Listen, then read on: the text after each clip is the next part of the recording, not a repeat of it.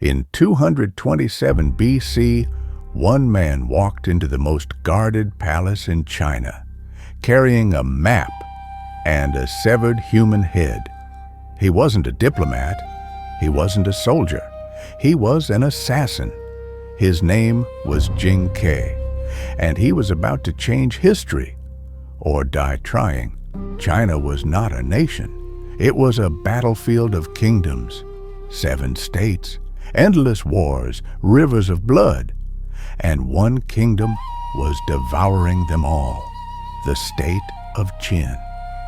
Its king had one goal: unify China by force, by fear, by slaughter.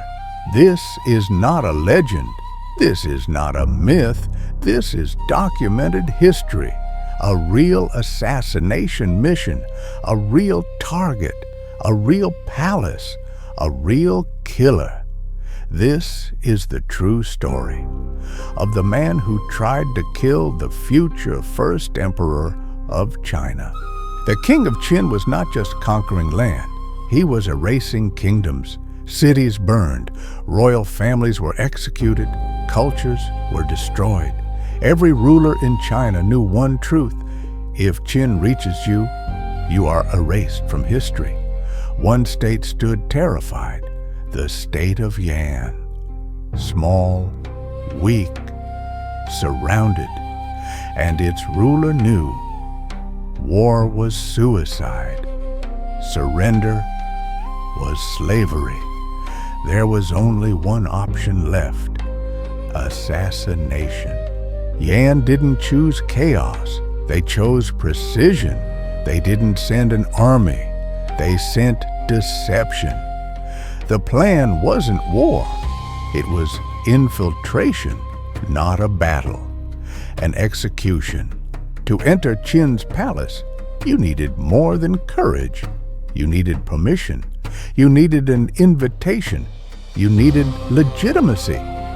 So Yan created a disguise, a diplomatic mission, a peace offering, a map of conquered land, presented as a gift of submission, and a severed head, the head of a Qin traitor, as proof of loyalty.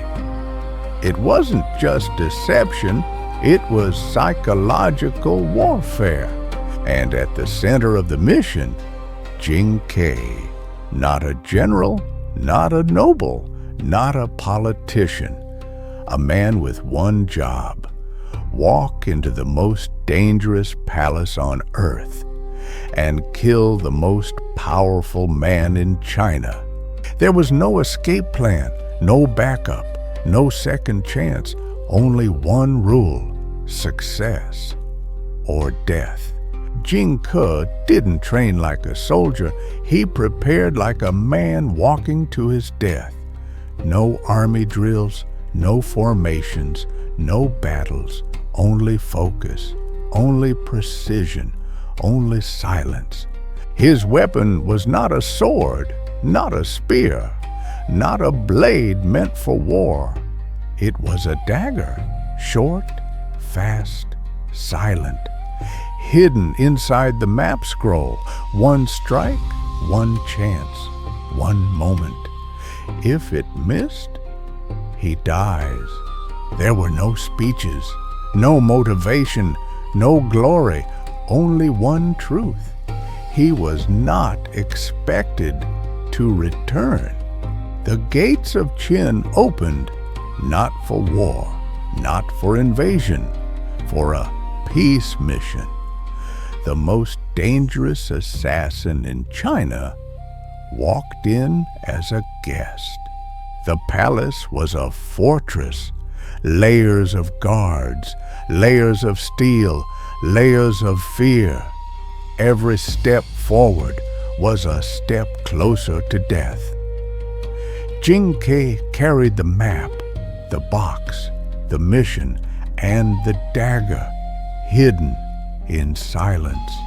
Then he saw him, the king of Qin, not a man, a symbol, a system, a future empire. This was the moment. History compressed into 1 second. The map unrolled. The king leaned forward. The guards relaxed. And Jing Ke moved. Not fast, not slow, precise. The dagger missed, not by skill, not by hesitation, by centimeters. History shifted by the width of a hand. Jing Ke didn't run. He fought, outnumbered, surrounded, trapped. He stabbed. He resisted. He kept moving, not to escape, to finish the mission, even knowing it was already lost. He was killed inside this palace, on the mission, in front of history. Jing Ke died, but the story didn't. The king of Qin survived, and history changed. Yan was destroyed. The other states followed, one by one. Years later, the king of Qin became the first emperor of China, Qin Shi Huang, the man who unified China, the man who built the empire, the man Jing Ke tried to stop. Jing Ke failed his mission, but he became something else, a symbol, a warning, a legend of resistance, one man, one dagger, one moment. That almost changed the world.